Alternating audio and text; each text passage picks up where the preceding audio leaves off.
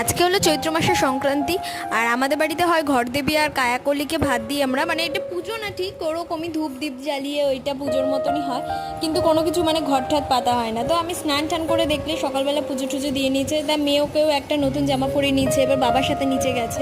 আর শান্তনু এই সময় বেরিয়ে গেছে, আর এটা শাশুড়ি মা সব কাটাকাটি শুরু করে দিয়েছে, কারণ একটা বেশি করেই তরকারিটা হবে। আর মেয়েকে এই ফাঁকে ঘুম পাড়িয়ে দিয়েছে, অনেক সকালে ঘুম থেকে উঠেছে। তা রান্নাবান্না কমপ্লিট করে এই যে এটা হলো ঘরদেবীকে ভাত দিতে বসেছি আমরা। তো আমি শাক বাজাচ্ছি, ওইরকম শাক বাজিয়ে প্রদীপ জ্বালিয়ে ধূপকাঠি জ্বালিয়ে এরকমভাবেই দেওয়া হয় আমাদের।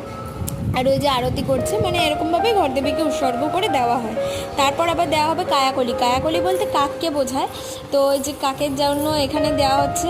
এইখানে বাইরে এরকম করে আমরা মানে কলা পাতার আগাতে যা রান্না হবে, টক ডাল সব কিছু দিয়ে একটা তরকারি, 5 রকমের ভাজা, আর এই যে প্রদীপটা দেওয়া কমপ্লিট করে তারপর শাশুড়ি মা আসলো এখানে তুলসী মন্দিরে ঘট ঝোলানোর জন্য, কারণ আমাদের 1 মাস এরকম তুলসী মন্দিরে ঘট